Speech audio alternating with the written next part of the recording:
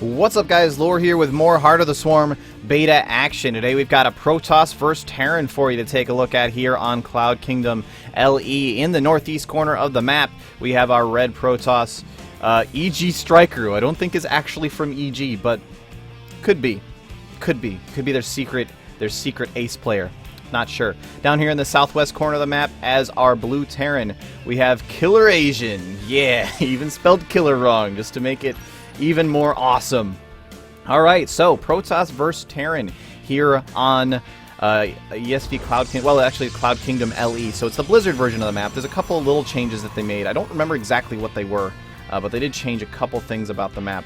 However, do note that they have these unbuildable rocks that have since been added. In fact, I actually think that the LE, the latter edition of the map, they took those out on Wings of Liberty, and now they've added them back in. I believe that was the only change that they actually made for the... So it's actually the same version of the map, essentially, now. Anyway, quick reminder, first off, this is a random replay from drop.sc. I do not know anything about these players whatsoever. There's a good chance that they may be awful. There's a good chance they might be awesome. We'll have to find out. And secondly, I'm giving away Heart of the Swarm beta keys. If you'd like to win you one, just leave a comment on this video right here on YouTube. Just leave a comment and you will be entered into the drawing for a Heart of the Swarm beta key. Yeah, oh my god. Alright, so let's look and see what these guys are up to. EGStriker is starting off with, actually looked like it was a little bit fast for a game. Ah, no, never mind. I've been talking too much, lost my sense of time. That's a perfectly normal gateway, followed by a perfectly normal assimilator. Apparently I've picked up a stutter today.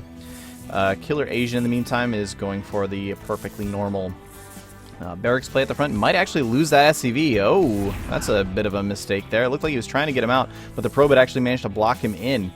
He will finish that barracks now and be able to get a Marine out to stop that annoying probe. But that probe, he got himself a kill.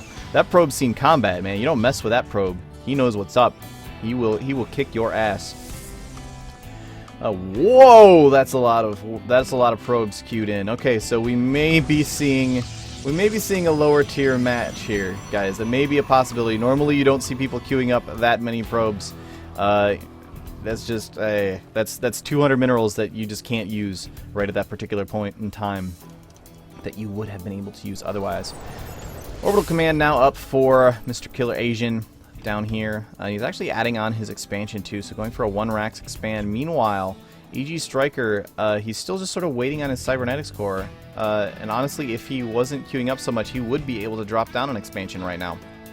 So that's a bit of why that's so important, not to queue up your units. You wanna keep one of them building, and it's okay to like queue up the second one just before the other one finishes. But otherwise, you do not want to be sitting there with several units queued up.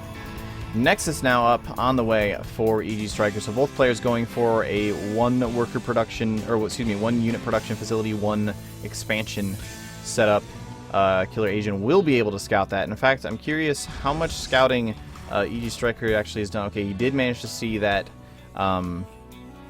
expansion going up. Bunker now on the way as well for Kilerazn. So a really normal opener. One thing that I've said a lot of times that a lot of people in Blizzard, in fact, has also been saying is one of the major goals with Heart of the Swarm was to try and keep the early game relatively similar. Add a couple of little options here and there. For like fast rushes, like an Oracle rush or something like that, might be something that you might see people do from time to time. But other than that, the early game in Heart of the Swarm is actually very similar to what we've been seeing in Wings of Liberty for quite some time now, especially on maps like Cloud Kingdom, which are pretty well figured out at this point. You generally know, okay, it's safe for me to go ahead and take that early expansion. I don't have to worry too much about early pressure because it is such a long walk distance to actually work around over here. So I don't have to worry about that too much. This Stalker's going to come up in here, poke a little bit, see that bunker, and quickly turn around. Nice little poke there from Striker. And in fact, these Marines are now going to come out and try and chase him a little bit. They know not to go too far because the Stalker can actually kite them quite effectively if it comes down to it. Now, up over here, not much else in the way of production going. In fact, he's just now finished his Warp Gate tech. He should be morphing that to a Warp Gate. It has not just yet. And what have all of his minerals gone into? Oh, okay, that's what all of his minerals have gone into. That's, let's see, 100, 200 minerals just sitting around in the queue for EGStriker over here. That could be 2 zealots. That could be a stalker and a half. That is a mess. Do not want to do that at all, ever. Bad. He's bad. He's just bad, guys. Just trust me on this one. It's bad. Meanwhile, down over here, we do have a reactor on the way. We have a factory, actually a second factory on the way. We already have 1 reactor factory, so we're going to see some Hellion play coming out of Kilerazn over here. I think he realizes that his opponent's army is just not looking too scary just yet. Normally, you don't see a ton of early Hellion aggression against Protoss because it is kind of hard to actually really do damage, partially because of the way that early Protoss works in terms of having Stalkers out. Stalkers are really effective against Hellions, but also because the shields on the probes actually makes it hard to really like get in there, do some damage, jump back out, and get back in and finish them off. You can't really do that very effectively with Hellions, but he knows that his opponent is behind in terms of worker production, in terms of army production. He only has 2 Stalkers to his name right now. He can smell that. He knows his fear. So he actually should be sending these Hellions over there very soon. There's that next wave of Hellions, and now would be a great time to send those Hellions over. I'm actually surprised. There we go. Okay, now Hellions are on the way. This observer is going to come out. Is it going to be able to spot these Hellions? He's sending them quite sneakily around the back way here. Instead of going up through this central path, he's going to send them around the back. They are, however, going to go right past that observer, so he will see those. The question is, did he actually look? And he should know now that Xel'Naga tower has been cleared. In fact, yeah, now he's going to turn around that observer. He will see again over here. That probe will now die as well. And there are now a few zealots up. Ooh, he's going to sneak around over this way. He knows that this ramp right here is a very tight choke. So he's going to sneak around this way, come around this way, and get in there. And he may actually be able to do a bit of damage. I feel like he's waited a bit too long now, though. And in fact, he's actually supply blocked himself. So he's going to be a little bit distracted back in his main, building on more supply depots as he continues. He's actually starting to work on Widow Mines and adding on more Hellions. But here he goes, comes up in here, but there's way too many Stalkers now. He waited, he missed his window of opportunity by a long shot with those Hellions. I feel like he would have been able to do a lot of damage if he'd gotten them over there a minute or so earlier, and he had the opportunity to do that. He definitely had the opportunity to do that.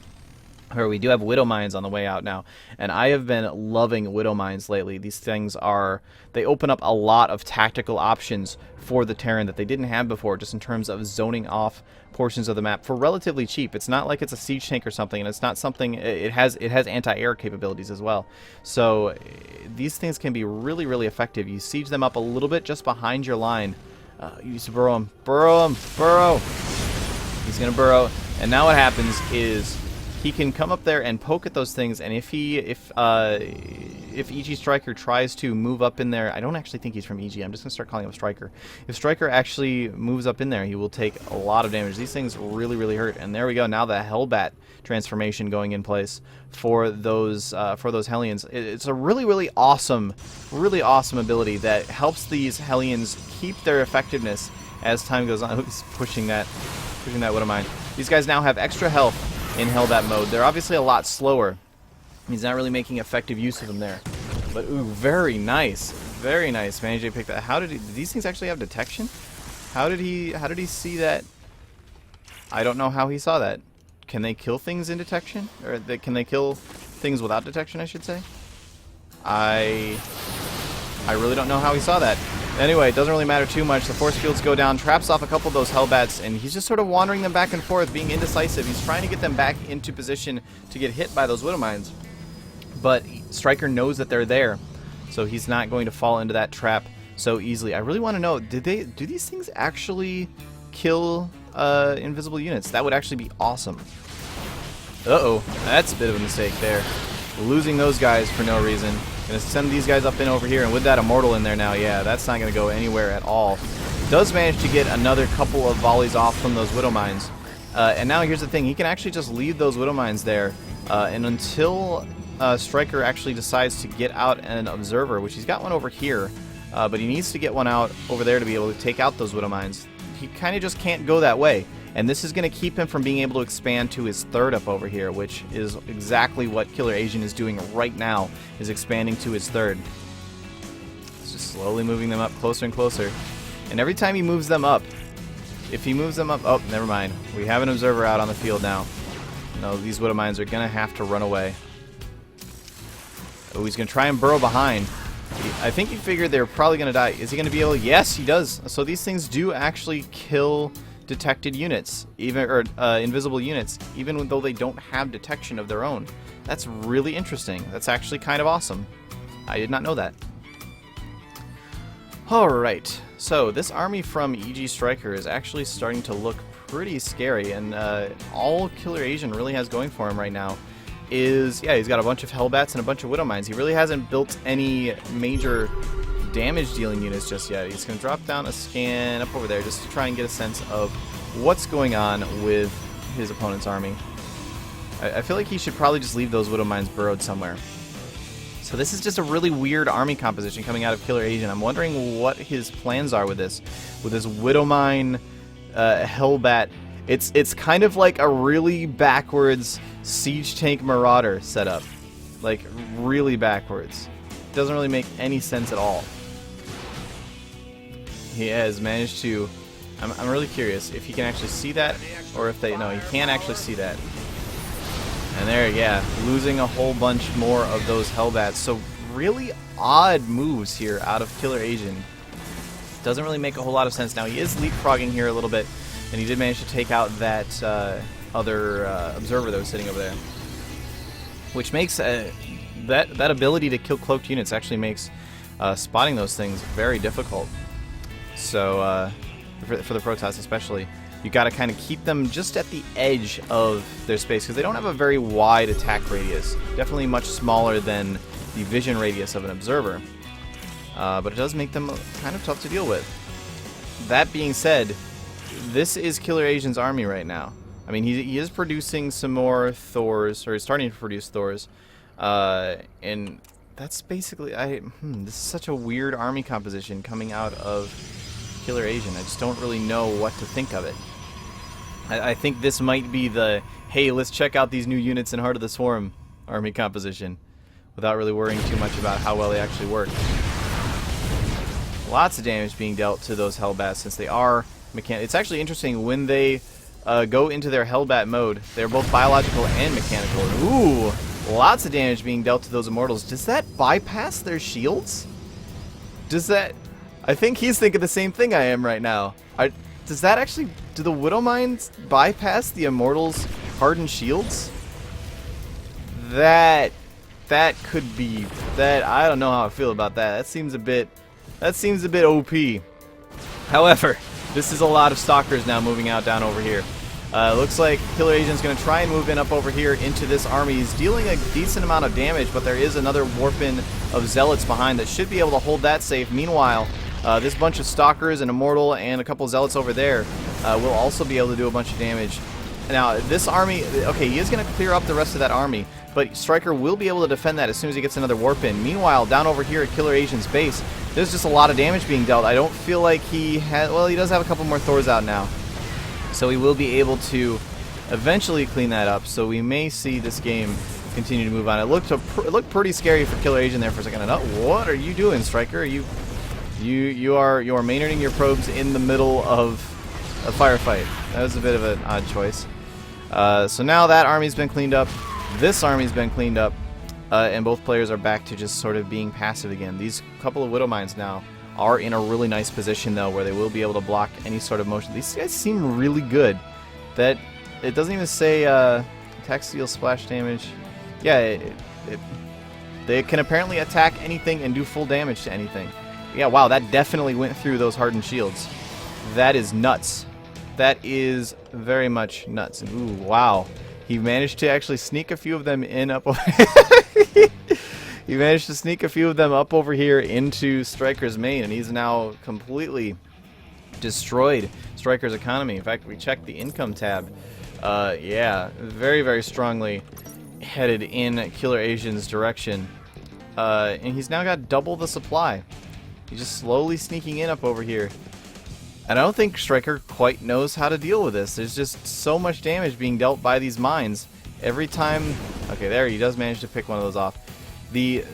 Okay, so how you would deal with this is by getting that observer just into vision range and finishing off the mines from range, because they don't have a very large radius. That was actually really dangerous of him to send that observer in there. If those mines had been ready to fire again, that would have been screwed, or a screwed observer. That observer would have been screwed. That was what I was trying to say. But yeah, what you need to do is get the observer close enough to be able to see the mines without sitting it right on top of them. That's all you really have to do in that case. Just be kind of careful about the positioning. But meanwhile, Striker's economy is in tatters. He's got 50 harvesters, but he's just not getting nearly as much in terms of overall economy because he's only running off of 2 bases, whereas his opponent is now running off of 3 and getting his 4th up and running as well. Planetary Fortress at that, in fact. And now here come the Thors. Kilerazn has decided, alright, I've screwed around with the new units enough. I'm going to keep making Hellbats, but I'm also going to make a whole ton of Thors. This is what we call, this is actually called a butt ton. That's actually the term that you would use to describe this number of Thors, is a butt ton. Alright. Now, he's trying to get out as many Colossi as possible up over there, trying to get as much of a defense as he can, but honestly, he's at half the supply. Kilerazn is now maxed, and he will be able to produce more units. He's got plenty of a bank behind this. He will be able to produce more as these die.